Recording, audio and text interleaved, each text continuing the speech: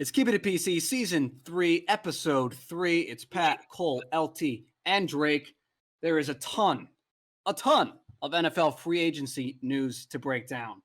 And the cleanest way we thought about doing this was to hand it over to Mr. Cole Dickinson, who's going to break down some of his most interesting signings, trades, and we're going to go one by one and talk about what we think of it, how it affects the team, how it affects the league as a whole. Definitely some very interesting stuff to go over. So I'll hand it right over to Mr. Cole. Cole, start us off with some of the most interesting ones, good or bad, the most interesting changes in teams that you've seen so far. Yeah, all right. So I'm going to start being a Giants fan. I'm going to start with the ones that have the most implications within our franchise. So I'll start with the two big ones that left. Xavier McKinney to the Packers, got $17 million a year over 4 years. The contract is, I believe there's an out after 1 year. He's, in my opinion, one of the best safeties in the league, 24 years old. It was a great signing for Green Bay. Sad to see him go. Now here's the one, as Tiki Barber would say, you're dead to me and you're dead to us, Saquon Barkley. I'd like to comment on the Tiki Barber clip. I would too. First of all, I think Tiki Barber I watched the clip with full context. I think he was kind of kidding. He said it with a smile. And I think that it got kind of ran with. But I don't understand how anybody saw this as a surprise. They weren't paying the guy. They clearly were not going to pay the guy. And they don't think he's valuable. What did they want to pay him $12 million or whatever it was, right? What was the cutoff line that they just didn't think a running back is worth? And I agree with them. He hasn't done anything for you. Although you give him a terrible offensive line and he's dealt with injuries, running backs don't win anything. You have to have a very solid and deep team, like the Eagles have, albeit they have some flaws, but they do have a great offensive line. He went to Penn State. I mean, it's not really a surprise to me. I get it's a hated rival, so it hurts, but it's kind of like, I don't know. What did Saquon actually do for the franchise that you're that hurt besides being a former second overall pick? Yeah, I agree. Well, what I got to say, obviously, I already knew Saquon was going when we tagged him last year. It seemed like that was kind of a farewell tour. But the point I wanted to make is, who the hell does Tiki Barber think he is with his high morals and values? Does he expect people to forget he threw Eli Manning under the bus and then we went on and won the Super Bowl without him? So I think he's probably the last Giants running back. I would rather hear Rashad Jennings talk trash about Saquon Barkley before I hear Tiki Barber. So as far as I'm concerned, that means nothing. I wish him the best of luck. I think his best days are behind him, but with a good Eagles offensive line, I'm sure he'll have a good year, put up good stats. And it's just obviously sad to see him go, though. Very talented player. Yeah. It does suck to see him go, but we knew it was coming, and I feel like it would hurt more to me if we were actually good.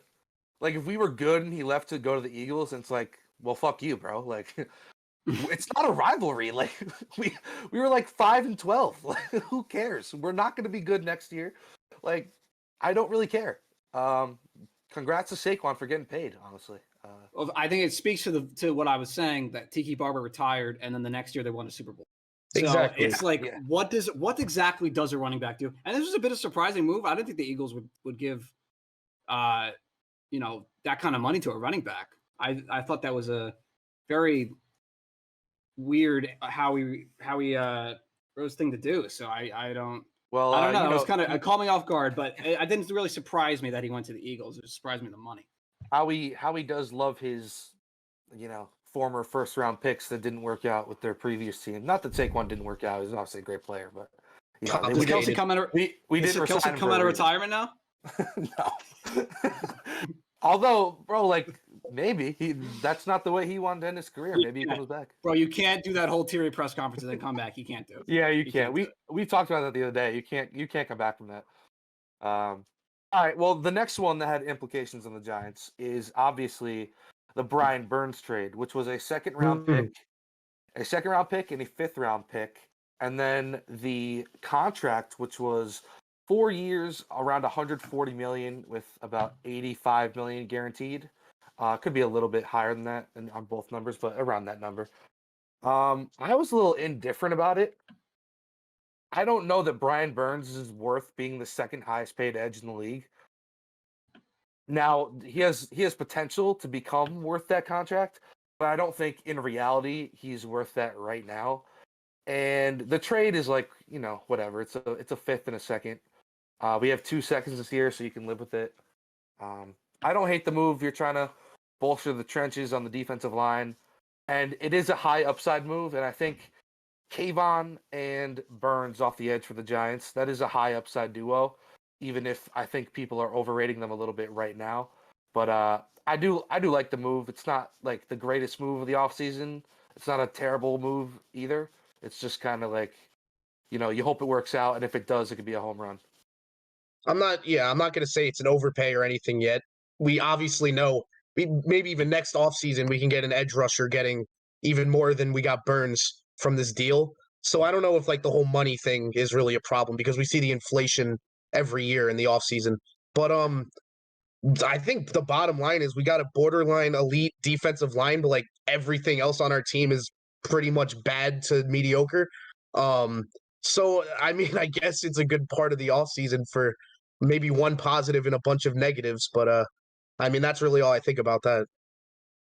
Yeah, he's a good pass rusher, 2-time Pro Bowler, but I mean it's like Cole said. I think Phil Simms said it too to the Post. He said, high upside. This could be a home run if it works out. So we'll have to see, obviously. But I mean, he's a decent player. I'm glad he got his ass out of Carolina. I'll say that. Yeah. There's other pieces that the Giants need also. So I just really don't know. It's a great signing, I think, but I'm just not sure if it's going to really be a team changer or game changer by the end of the day. The Giants are still going to be what? It's not our prediction video yet, but they're probably going to be bottom feeders this coming season. Depending on the draft goes, yeah, man, it could be ugly.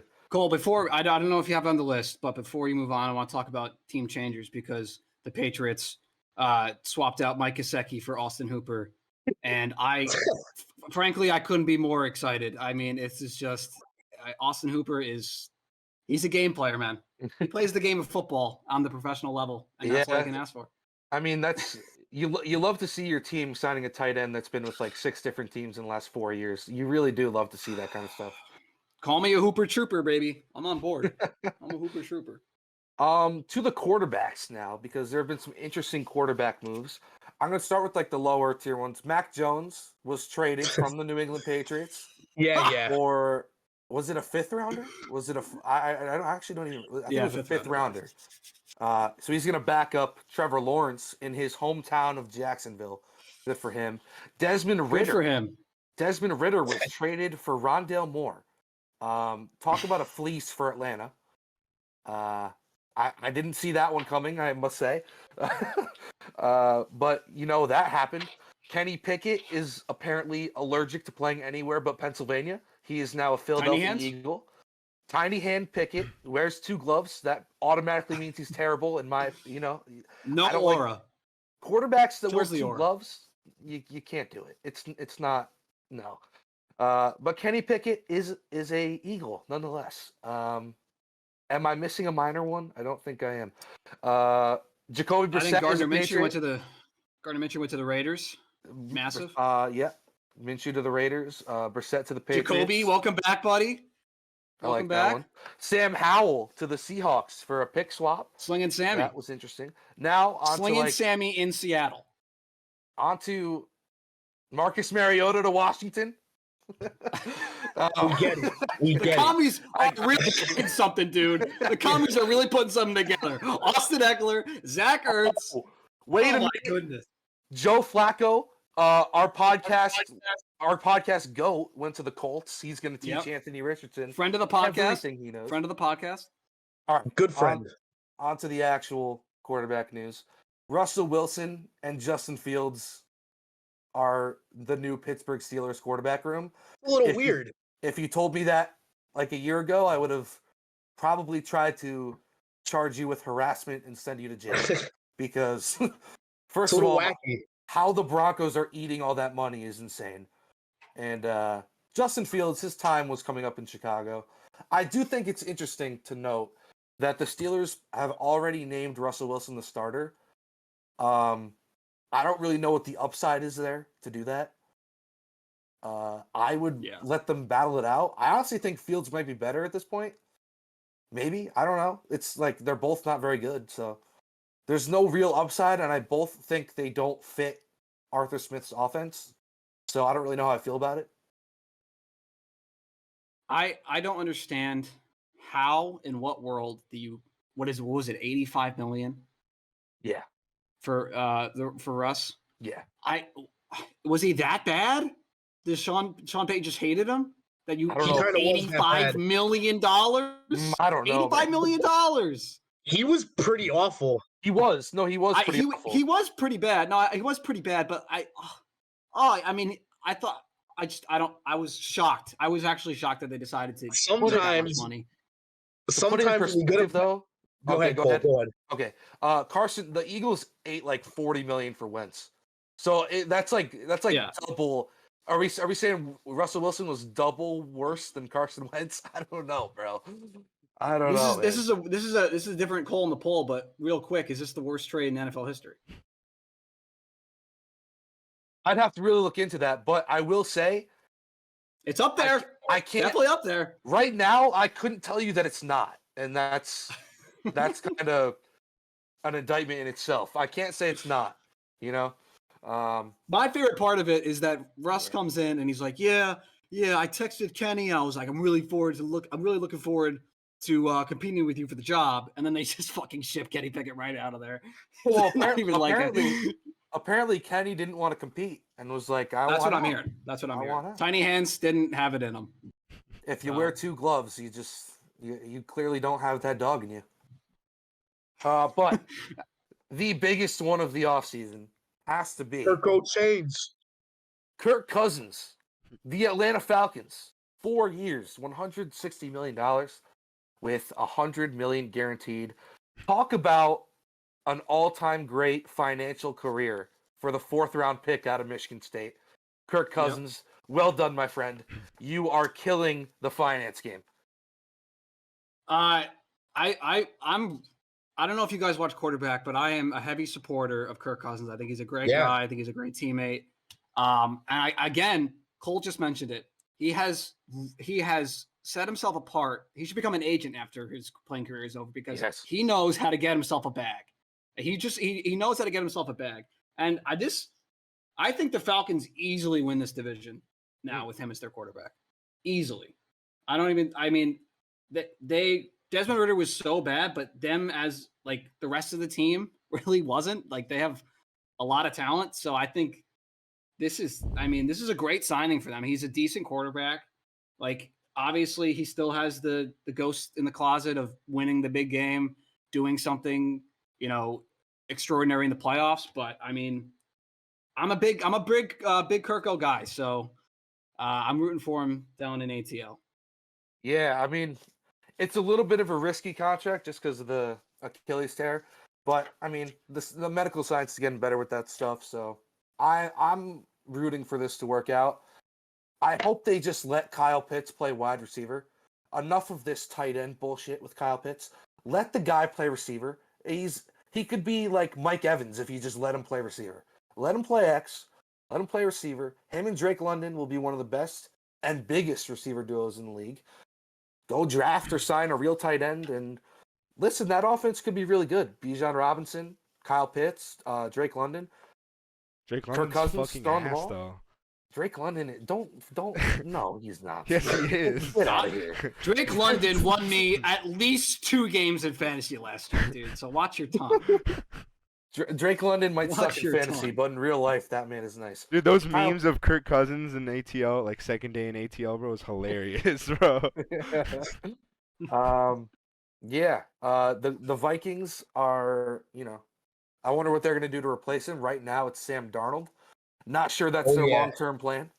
Not sure that is their long-term plan. They are making moves, it looks like, to trade up for a quarterback. They just traded back up into the first round, and I have 2 first-round picks this year. But anyway, let's move on. A quarterback that has benefited a lot this offseason from some O-line signings is Mr. Vice President Aaron Rodgers. The Jets have made some moves on the O-line, trading for right tackle Morgan Moses, who I think is one of the more underrated players in the league. If you follow me on Twitter, you'd know that. They signed Tyron Smith, the monster of a man from Dallas, and they signed John Simpson from the Ravens, who's a solid guard. So their O-line looks way, way better than it did, 2 weeks ago. So they're doing whatever they can to protect Aaron Rodgers, and that's exactly what they have to do. Keep that man upright, and it's really common sense. You got a 40-year-old quarterback. He went down after 4 plays last year, so you're gonna do whatever you can to protect him, because this is really if not the last hurrah, one of the last hurrahs before he waltzes into the White House, I guess, in a couple of years.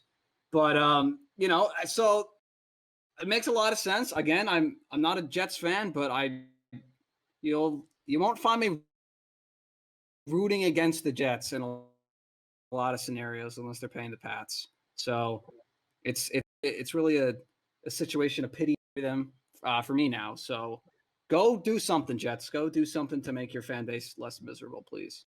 I don't know if we'll be seeing Aaron Rodgers anywhere in politics after the recent news. That's a little bit of an elephant in the room when we're talking about Aaron Rodgers. He said a little bit of some troubling things that resurfaced.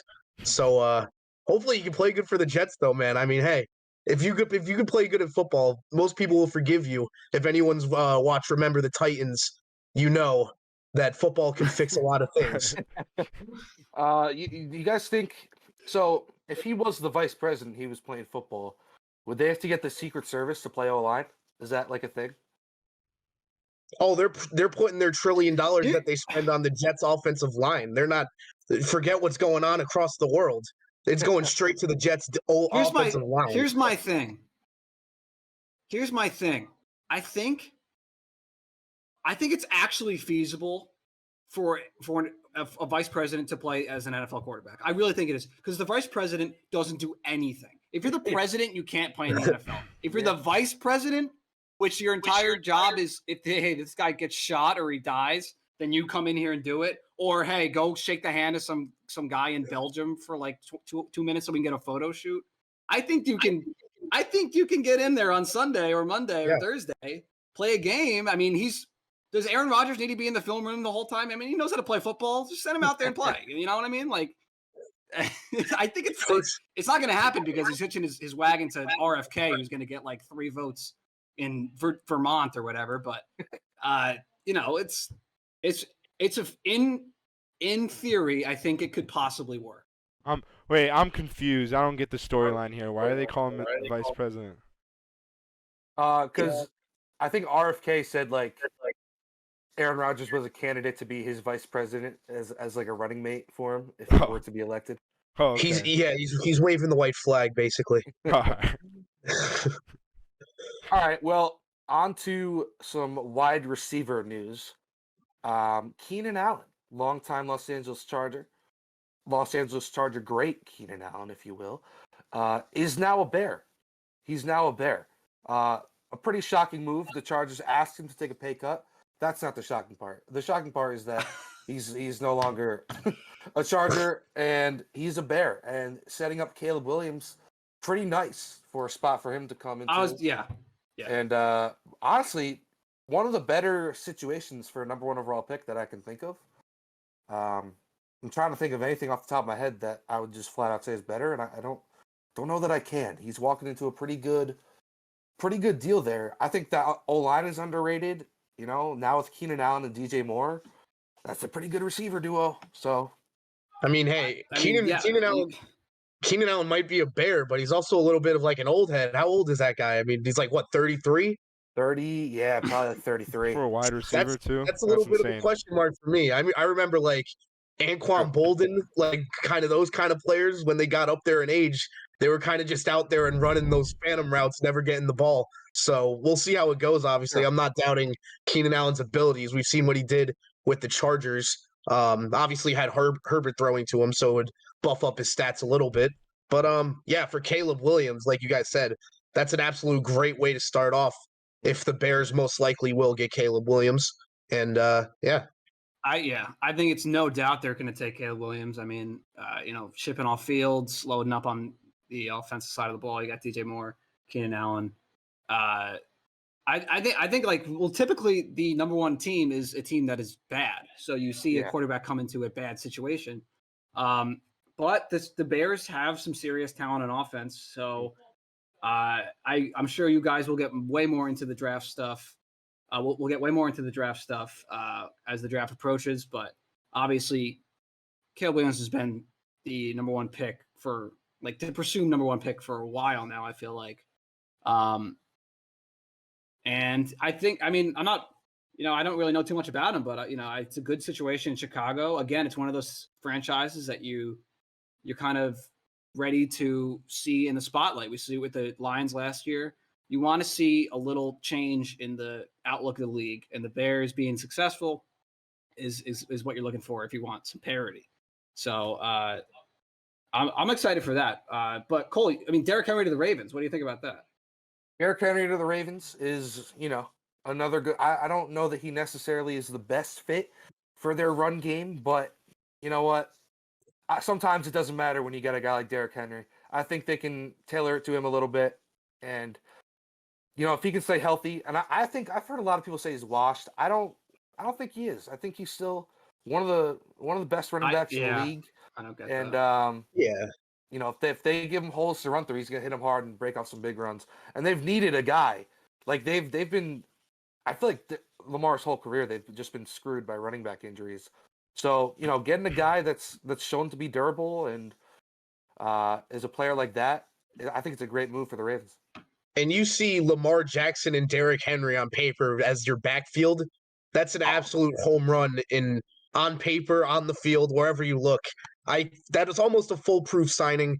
Probably, I'll say one of my favorite signings. We'll get to the rest of them later. But I'm a really big fan of Derrick Henry going to the Ravens. Like you said, the scheme's not really that much of a fit. But when you have a player like Derrick Henry, as long as you have him on the field and you give him the ball, he's going to make a difference. And with Lamar Jackson as quarterback, I really love that offense. Speaking of running backs, Josh Jacobs is now a Green Bay Packer. And I was super excited about this until the Packers decided to release Aaron Jones. And then Aaron Jones decided to become a Viking, which is pretty funny, by the way. There actually have been a lot of like traders, if you want to call it that, this offseason. A lot of close teams. Not like geographically close, but like in terms of interdivision moves and stuff like that. Like we've seen a couple of those. Obviously the Saquon to the Eagles, Aaron Jones to the Vikings. Geno Stone went from the Ravens to the Bengals. Patrick Queen went from the Ravens to those Steelers. That was an interesting one. But yeah, I was excited about that until the Packers decided to ruin it and release Aaron Jones.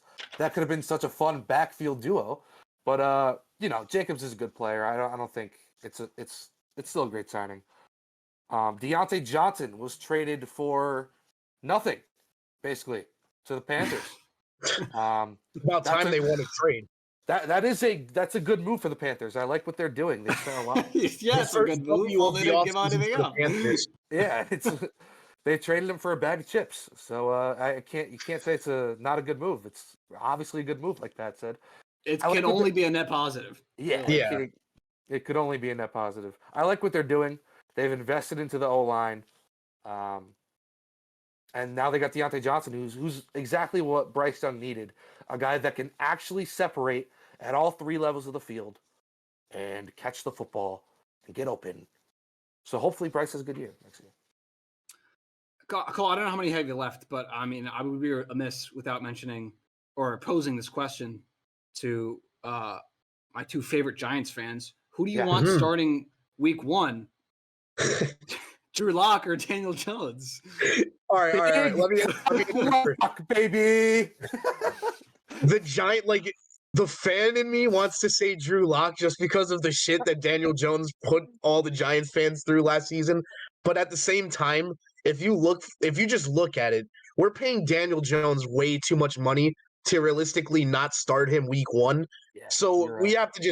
have to just go all in, put Daniel Jones out there. If he sucks, he sucks. But hopefully this is what I want to see.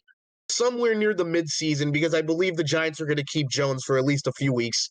If he's really sucking out there, I would love to see Drew Lock take over and try to do something. But obviously we'll see how it goes without injury, anything like that. But it's not going to be a great year for that Giants offense. Yeah. When I texted LT about this when the signing happened, I was like, so we have 2 options next year. You go with Jones, and you suck, and you're really boring while sucking.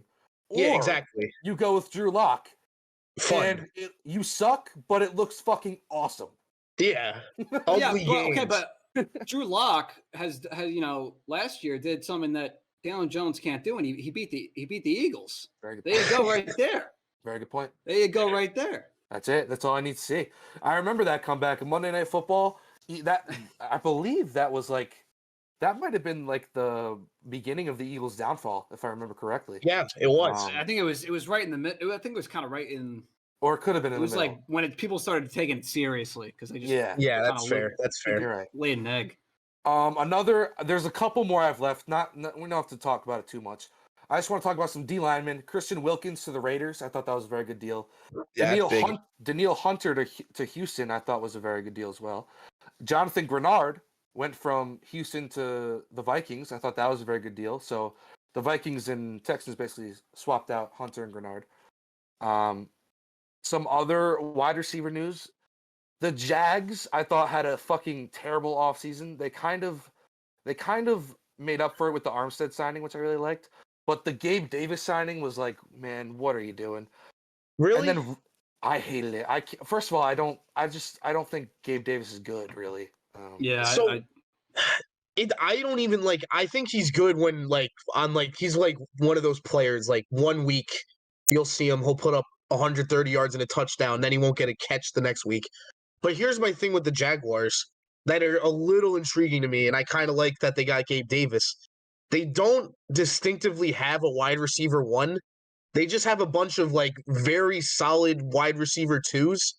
And it's going to be really interesting to see how they run that offense. And I think Gabe Davis might play a different style, and we might actually see him be able to produce on a weekly basis. So it'll be exciting to see. I'm a big believer in this wide receiver class, and we'll talk about that when we get towards the draft. So personally, I would have just drafted one at 17 because they're gonna be there. I have watched too much Gabe Davis to really believe in it. I hope he proves me wrong because I do want Lawrence to succeed. I just look at it like if you were gonna pay Gabe Davis, why did you not just pay Calvin Ridley? I'm in lockstep with Cole. I think Gabe Davis is a midder, dude. I think he's kind of a midder. We'll see how it goes. I don't want to say that yet, but I do see where you guys are coming from. But once I see him play on the Jags, give him a few weeks. If he's really sucking, then I'll admit, yeah, he's not great. But with the scheme and with these players that he's with on the offense, I think there's actually a chance that he can turn into a decent player. Speaking of Calvin Ridley, he is signed with division rival Tennessee Titans. Another traitor. Another traitor. And it was funny, like at the press conference, he kind of just straight up said he was chasing the bag. Oh, well, why else would he go to Tennessee, dude? No, I know. It's just like it was funny that You know? it was funny that he was like honest and said that. I wish more people were like that. Yeah, I wish people didn't come into the conference and were like, "Yeah, I really love the culture they're building here, and they're talking about the atmosphere." You wanted the bag, dude. There's nothing wrong with that. Go get the bag. Just say you're getting the bag. Real quick, LT, before you go, he had like another interesting quote at the thing. At the presser, he was like, "I'm 29, but in real life, I'm 25." And I was like, "What the f- does that mean?" Like, he was like, "But yeah, I'm 29, but like in real life, I'm 25." And I was just like I get what he's trying to say, but maybe he feels 25. Is that what he's saying? Yeah. it's because he went mentally. He went to college at like 20, so he was old as a rookie, and like I guess he feels like he's 25. But I was like, no, in real life, you're 29. You're 29. Well, maybe he's a leap year. Is he a leap year baby and he's like 6 or whatever it is? He might be 7. Tyrese Halliburton. All right, go LT. Go. This whole offseason with these players going from division rival to division rival just goes to show that rivalries in the NFL are absolutely dead. It's not like how it was in the 80s where you see these guys play against each other and there's a fight every Sunday when you see these divisional rivalry games. And you just see Saquon going to the Eagles. That really proved to me that rivalry is nothing but the fans beefing with each other. The players are all shaking hands and they're friends on and off the field. They're just getting money out there. But yeah, it was a little bit of an eye-opener for me seeing all these players just switch like that, even if it is for good money, obviously. It's all about the battle at the end of the day. Well, the rivalries are definitely for the fans. I think the real rivalries in the NFL are like when the players like have a fight during a game and now they're pissed the rest of the game, or like before a game, you know what I'm saying? Like those Golden are the real. Tate and Jalen Ramsey. Yeah, it's like it doesn't That's a even make rivalry. sense half the time, you know? Or like Josh Norman and OBJ. Oh, Like, that was great. That the was so Giants good. and- the Giants and Panthers aren't rivals, but that was fun to watch because they had like Amazing. real beef. I think even in the NFL, I don't think rivalry between the actual teams has ever been as. I don't know. You see in hockey, maybe not so much anymore, but there are teams that used to every single time they faced each other, they would drop the gloves right as the puck dropped. That's the team fair. would fight. Or obviously, we remember, like we look back on the Yankees and the Red Sox of the 2000s, teams that just hated each other, just hated the other team, everybody on the other team. I mean, I wasn't alive in the 80s to watch the NFL, but like I never got that a ton from maybe certain players, like you said, Josh Norman and Odell Beckham. Like they were going. I'll tell you what, though. I'll tell you what. Lawrence Taylor in the 80s against the Redskins when he was breaking Joe Theismann's leg. Sure. Yeah, Sure. that was. I'm saying with players like that. I mean, I think we're a little spoiled, or at least Giants fans, because they had Redskins, Cowboys, Eagles. Those are all pretty classic rivalries. That in the NFC North, in my opinion, are the two like old school, just classic rivalries in the NFL. And but even then, it's not the same as it was. Definitely, I think in the 80s, 90s, it was way more intense. I think the AFC North. I think the AFC North is a legit rivalry still. They don't like each other. That's fair. Lawrence Taylor was also I forgot the Myles Garrett thing. Myles Garrett like tried killing Mason Rudolph on the field. Yeah. Yeah. Last one, the most underrated signing of free agency, the one I am very excited Kendrick about. Bourne. It is definitely not Kendrick Bourne. Jacoby Myers. Pat, it is to your adopted NFC team, the Detroit Lions. That's right, baby. They signed DJ Reader, which if you don't know DJ Reader, he's a nose tackle. He's a nose tackle that can rush the passer, and I have a big man crush on him. So that's my fucking guy, dude. That is Detroit Lions football at its finest. And that is the end of this free agency segment. They also got Davenport. They did get Davenport. That's a decent signing too. Now, Lions. Our next topic, I don't know if we talked about this before, but it hit my mind, so we're talking about it. In my opinion, the greatest football player I've ever laid my eyes upon just retired. No. Wow. And that is Aaron Donald. The best player I've ever seen with my two eyes. The most dominant football player I have ever seen. I couldn't believe the news, man. And I just want to put it into perspective for some people. 10 years in the NFL, 10 Pro Bowls, 8 All-Pros, 7 straight first-team All-Pros. Probably should have won 7 straight Defensive Player of the Years, if not for voter fatigue. Because he was the best defensive player in the league over those years, every single year. So it is sad to see that come to an end at just 32 years of age, and still feeling like he had stuff left in the tank. I mean, he was an All-Pro this year. Like, I don't know. I think I was kind of expecting him a little bit to retire after the Super Bowl. And I think he stuck around, got the bag a little bit. But in the NFL, if you stick around for too many years, there can be that one tackle that gives you that chronic back pain, or that one hit that gives you the concussion that you never recover from. So I think in the NFL, if you've made your bag like he has, it's much better to retire on the earlier side than to stick it out. Even like Cole says, he has stuff still left in the tank.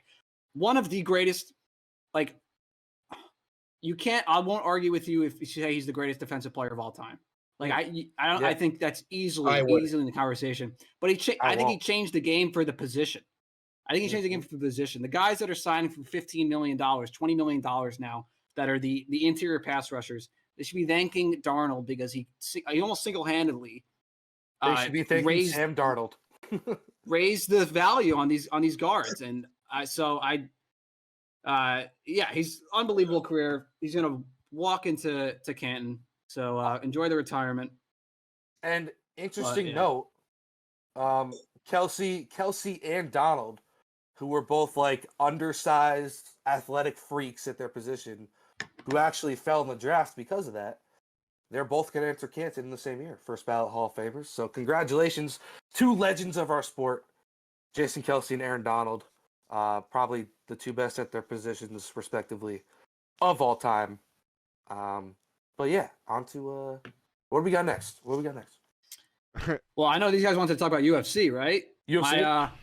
My Irish brother in Sean O'Malley. Is Sean O'Malley Irish? I don't know, actually. Yeah.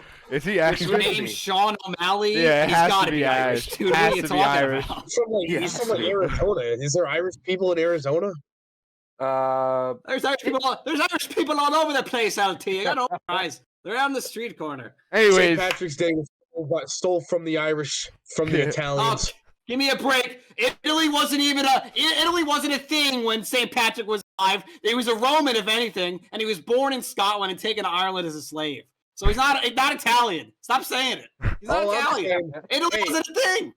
Pat, all I'm saying is I had spaghetti and meatballs on St. Patty's Day. Not that's a great way. I had some wonderful corned beef and cabbage. Like we all celebrate the way we want to celebrate. But stop telling me he's Italian because he's not. I went to a Magic game and experienced black dick. That's what I experienced. Okay. The Jersey swab. The Jersey swab. The Jersey swap. Brady Dick, legend. Shout out my brother. We're gonna get demonetized. Pause, bro. Pause. No, with context, it makes sense though. Yeah. He did. Any context? He just said he went to Orlando and got black. I went to see a Magic game and experience Anyway, he did see black dick. I did see black dick at the Magic game. Yes. Could you imagine if we ever got a black dick backcourt in the NBA? Okay. Somebody in San Antonio. I mean, we definitely had that before too. Come on. Hey. All right, let's stop, bro. We're already demonetized. Oh We're already demonetized. UFC 299. UFC 299. Definitely one of the better. Like past few years, I think has been one of the better UFC events. Everything was amazing there. Yes. Let's talk about the main event. Sean O'Malley and Chito Vera went down all the way to decision, and I don't know how it went to decision because Chito was taking a beating, and Cole was there with us too. You can talk about it too, Cole. His chin has got to be insane because if that knee hit me, I might have died. Dude, anyone else in the UFC would have been knocked out by that. Dude, anyone else? Me and Lucas, when we heard that sound, just looked at each other like, "Oh my god, he's dead." And then I looked up and he was still up. I thought it was done. I thought it was done. I started cheering low key because I wanted Sean O'Malley to win, but I didn't want to cheer because LT bet Chito to win. Yeah, I was like, I didn't want to go crazy. I was on LT's side with Chito. LT, bro. I thought we stopped betting. What's going on here? Hey, listen. UFC 300. UFC 300. Yes. Yeah, I got the picks, boys. Yes. Lock in. Peep game and lock in. I'm UFC trailing. 300. I'm trailing. Coming back. I'm trailing. I wanted to ask LT something. With this win from Sean O'Malley, is he starting to become? I know. Yes. But is Sean O'Malley starting to become the king of UFC, bro? Because this guy is amazing. Dude, this guy is amazing. And within every fight, bro, he's getting better. Yeah, like he literally just gets better and better. One, title defense, so let's not go too crazy here. Okay. And two, if he beats Merab, I don't know his last name yet, but I'm a big fan of him. He doesn't want him though. Well, because he's scared of him. We saw what Merab did to a former U.S. Olympian. Yeah. He out-wrestled him for 3 rounds and dominated. Sean O'Malley has little to no experience on the ground, and when he does go on the ground, he broke his leg and lost. Yeah. So obviously he's scared to fight this guy. I like O'Malley, but I'm if he doesn't want to fight him, it sounds to me like he's scared. And I would be scared of the man too. This guy's an absolute killer out there, and I would absolutely take Merab to take the title from O'Malley. That is no knock to O'Malley at all because he's a great fighter. But when it comes to the wrestling and the submission game, O'Malley hasn't proven to me at least that he's there yet. So he has to spend a lot of time in the gym if he wants to make that fight happen. Yeah. That is something I noticed. Like Chito just wouldn't take him to the ground, and I was like, dude, you're clearly getting outboxed here. Like you can't keep it. You can't. He wanted to be a hero. He did have his moments, like round 4. I think he won he won round 4. I think with those punches. I think he almost got Sean O'Malley to the ground, but he had a couple moments. Yeah. But, I mean, O'Malley was just so good the first 2.5 rounds, just completely dominated. No, the first 3 rounds he dominated him. Yeah, I was like, I could not believe that Chito was still standing. To be honest, that was the most impressive part of the entire night. His chin's insane, bro. I've never seen anything like that. That sound that he made was ridiculous. Oof. I thought his nose damn near bent in half. It was that nasty. Yeah. Oh. First of all, the only thing I didn't watch this fight. The only thing I saw was a couple of the kicks, the hits you guys are talking about. But Chito Vera comes out after the fight and talks about how greasy O'Malley's hair is. I saw 4 different clips of that, and I was like, "Why is that? Why is that the main headline I'm seeing?" It does look greasy. I mean, he probably wasn't even mentally there when he was talking. He doesn't even I saw him 4 different things. He went on his press row after the fight, and he was like, "Yeah, his hair was greasy." They should have been making that guy take a nap or something. He's probably he's got to go in a dark room. Speaking of which, who's excited for Mike Tyson and Jake Paul? Oh, not me. I'm not excited at all. Not me. No, I've never been. We all know why they're doing this fight. We all know why they're doing this fight. Yeah, I'll tell you what though. Mike Tyson has been posting his workout videos, and he still does look like a tough son of a bitch. But do I think he's gonna beat Jake Paul, who's in his athletic prime? Yes. I would love to see it, but I don't think so. I might bet on Mike Tyson, but we'll see. But here's the thing: this is so fake that I guarantee you this won't even be on FanDuel. I guarantee it. It's on Netflix. It's on Netflix. It's on Netflix. Betting. I wouldn't even be surprised if you can't bet on this fight. It's probably more scripted than wrestling. Dude, if Mike Tyson loses, it's rigged, and every Jake Paul fight ever was rigged. He has to lose, except for his fight against Nate Robinson. Because those ones, yeah. But once Jake Paul started to become serious, except for I get, but Jake, you know what, him losing. Jake Paul needs this fight though, dude. He fought he fought Top Fury's brother, whatever the guy's name is. Tommy lost to him and then fought 2 nobodies. I didn't even know he fought these guys. He fought 2 nobodies. He's fighting nobodies, and now he's gonna fight Tyson, who's in his 50s, and he's going out there for the paycheck. I mean, to be fair though, all boxers have been there where they fight plumbers, dude, and they have to fight them, right? Yeah, it's not like Floyd Mayweather fought 50 great players. He fought some plumbers. That's the tradition. That's the traditional thing, is that you fight in these not underground, but lesser known fights, and you build your way up to the big ticket. Jake Paul is what he's trying to do is just get to the big ticket right away by fighting the biggest guys he possibly can, getting the most amount of viewers, getting the most amount of whatever sells or. It's not a. I mean, he is a big name too, Netflix, so yeah, he is. Well, when is he gonna fight? Here's the thing. He's not a big name dude. The fights that he's going against these plumbers, he's not main eventing, and nobody's watching these. They're getting no pay-per-view. What I'm saying is because he lost, but he has to kind of rebuild that up now because he lost to Fury. I'm not saying that it's a completely lost thing. Obviously, he can make his name back, but people aren't going to watch it just on his name. He needed Mike Tyson to sign this contract to make him relevant again. But we'll see, man. We'll see. Yeah. I'm probably gonna tune in because it's on Netflix, but I'm not gonna be. Did you see those ridiculous? It was fake though, but did you see the rules that someone made up and everyone thought it was real? Like he could tag team, he can tag in Logan Paul. That was insane, and everyone thought it was real too. I believe it, dude. Say what you want about Jake Paul. for me at least, I watch his fights. I don't watch any other boxers' fights. I want to watch Jake Paul either like if you want to have a guy that you want to root against or root for, that's the whole purpose of the sport. You want a guy to root for either way. Jake Paul, whether you hate him or you kind of want to see him succeed just for the shits and gigs, he's if he's fighting people like Mike Tyson and not some no names because he can't get big tickets, like if he beats Mike Tyson, he's gonna get another big fight with someone. It's guaranteed. Like it's a guarantee. I will watch. He's making enough money to do that. I will watch him fight when he fights someone that is his age and like at least close to his measurements. Like, please, just one time. Just one time, fight someone Or his fight, own size. And or his how about age. how about he mans up and fights Sean Strickland like Sean Strickland's been trying to do to the death. You hear this, To the man? death. He wants to fight Jake Paul to the death. That is insane. That man is was a former UFC middleweight champion, and he's talking like that. He needs to be in a mental hospital, dude. Yeah. I don't know. Did you guys? Holy shit. Miles McBride in the starting lineup tonight, guys. Pray. Oh, Oh, what's wrong with Deuce? Oh You- my you don't like Deuce? goodness. yeah. He's fine, but he's not a starting lineup kind of guy. That's because they need someone to come off the bench. That's why. I would love to see him. I hate to interrupt. Josh Hart's Nick's gonna have to talk. get 19. I hate to interrupt Nick's talk, but did you guys see the Anthony Joshua Francis Ngannou fight? Yes.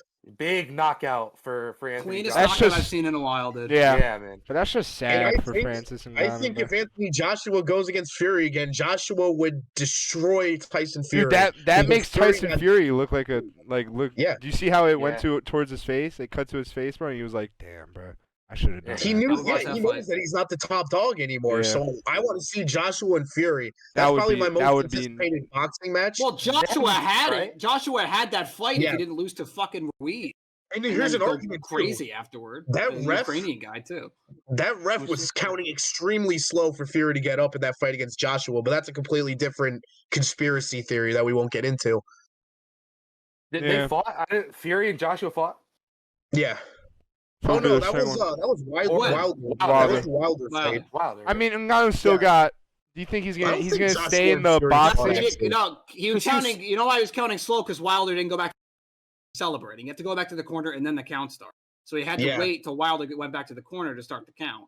He gave Fury like 3 extra That's seconds. so it's I don't even know what to think about that, but that's still talked about to this day. Like crazy, some boxing fans are really upset about that. All Yeah. right, let's finish it off. March Madness. We don't know Wait, too I'm much about sorry. college I'm basketball. sorry, Pat. I'm sorry, Go ahead. Pat. I want to ahead. go back to No, that's UFC fine. because there was a better fight than the main event, dude. There was literally a better fight. It was Dustin Poirier versus Saint Denis, bro. yeah. That was good. even better than Poirier. that was better than the main event. And this is literally setting up Dustin for Makhachev, right? Oh, Brunson. Right? Bro, that's the next one? Bro, come think on, bro. There's no Poirier way. got knocked out by Gaethje with the head kick in his last fight. Obviously, not the fight against Duplessis or not Duplessis, Saint Benoit or Benoit, whatever his name is. He's pretty irrelevant now too because That that was knockout supposed to though, be that his- knockout just boosted him up though, and that's what that was should. supposed to be his big fight to get him in the title picture because I believe he was around 13th in his weight division, but Yeah. that loss probably booted him all the way to not ranked. So if we're ever going to hear that name again, he's got to really make a career change. Yeah, but he knocked him out in the second round. He was low key kind of getting dogged in the first round, wasn't he? He was, Yeah, or he am I was- tripping? he was Yeah, getting do- no, he was kind of getting getting dogged the whole time actually. But then he finally got that one hit. It can be any at that point, bro. It can be anyone's night if you get one good hit on somebody, bro. Yep. And that's what happened. Especially with if him. you're fighting Poirier. He's Yeah. made a career out of that. Yeah, and that's what happened for him. So sorry, Pat. My bad. All right, so March Madness is going on, starting on Tuesday, tomorrow, Tuesday. If you're listening to this on Tuesday, it's today. But starting on Tuesday with the first four. I don't follow college basketball very closely at all throughout the season, but I tune in for March Madness. It's very exciting. Do you guys have anything to say? I don't really have, I'm not an expert, so go ahead. I only got one thing. So One thing. I'll go first. It's quick. One, obviously, we're all Connecticut residents, right? We are all born in Connecticut. Pat currently not in Connecticut, but we get the idea. Yes. So we're gonna root for the Huskies, probably. I'm not sure what you guys are doing, but I'm gonna root for UConn. Me too. But the team that I truly think is going to win and is going to surprise a lot of people is Purdue. And I can't tell you why. I just saw the team, and Can't I tell don't us know. It's not one of those why. things, 'cause the thing with madness, you pick the team and you run with it. We got Colgate Madness, last dude. year. They're a number 1 seed. Madness, dude. It's not that crazy. Oh, of course it They're a is. number 1 seed. They've never won. How They is that haven't won a crazy? natty- They're a number 1 seed. They haven't won a natty since the 1970s, Pat. That would be a huge deal if they Okay, won. but, like, if you're picking like a 7 seed who hasn't won since the 1970s, but they're a number 1 seed. That's not that crazy. You're You're giving not me a going hard on a time limb here. there. I'm just telling you the team that I think's going to win. I don't think it's that crazy. I just think that Purdue's going to win. But I'm going to be rooting for UConn. That was my whole point there, is that Purdue can shock a lot of people. Okay. There are 2 things I know that I've been doing some heavy research into. And by heavy research, I mean I saw TikTokers say this. So I'm rolling with it. UConn is apparently supposed to cakewalk their side of the bracket. And then I heard that the West region, which is the one with North Carolina as the 1 seed, is supposed to be like really tough. Like that's the one that's going to be like madness. I think UConn has a tough side of the bracket, dude. They have Auburn, they have Iowa State. I gotta get the bracket up. They have some good teams on that side. First of all, I don't think the Huskies are going to go back to back there. It's so good, but I think it's so tough to win back-to-back natties. They're a good team, though. If I had, great team. Didn't they just win like some tournament in the country? They just won the Big East, yes. Yeah. I'm going with Morehead State because I like the name. Man. Morehead. Beautiful. So there you go. I'm going with McNeese. Any underdogs? Any underdogs? You can go with Longwood on the other side. Longwood. I'm going with Duchesne. Shout out Steve Spampanato. How do you say it? Duquesne. Duquesne. Duchesne. I forgot how to say it. What did I say? Duchesne. Bro, that's like a hockey player's name, I think. I don't know why. Matt Duchesne. Duquesne? Duquesne. Yeah. Shout out Steve Spampanato, baby. You're winning it all. Imagine. That is where he goes to school, right? I'm not tripping. Yeah, I think so. Okay. You're not tripping. Fun fact, they put the confetti down before they even won their tournament game. I'm not sure if anyone saw that, but that was hilarious. All right, well, that'll do it for this episode. Thank you so much for watching. We'll be back next week with the traditional episode, possibly a YouTube exclusive this weekend. I don't know if you guys are around, but possibly a YouTube exclusive this weekend where we do another album discography. Stay tuned for that. We might be venturing outside of rap, much to the dismay of Lucas Drake. He's got to touch. He's got to expand the palette a little bit. You made Patrick expand the palette a little bit. You made Patrick sit through Drake albums, so you have to sit through. Are we allowed to say it? No, don't say it. You gotta tease it. You gotta tease it. Okay. Undisclosed artist, not of the hip hop rap variety. So stay tuned for that. That's going to be exclusively on the YouTube, but we'll be back here with our weekly episode next week, talking about possibly more NFL free agency, previewing the MLB season coming up at the end of the month, March Madness talk, and much more. So thank you so much for joining us. We'll see you next time, and peace. Let's go Knicks. Yo, we should have talked about Bruno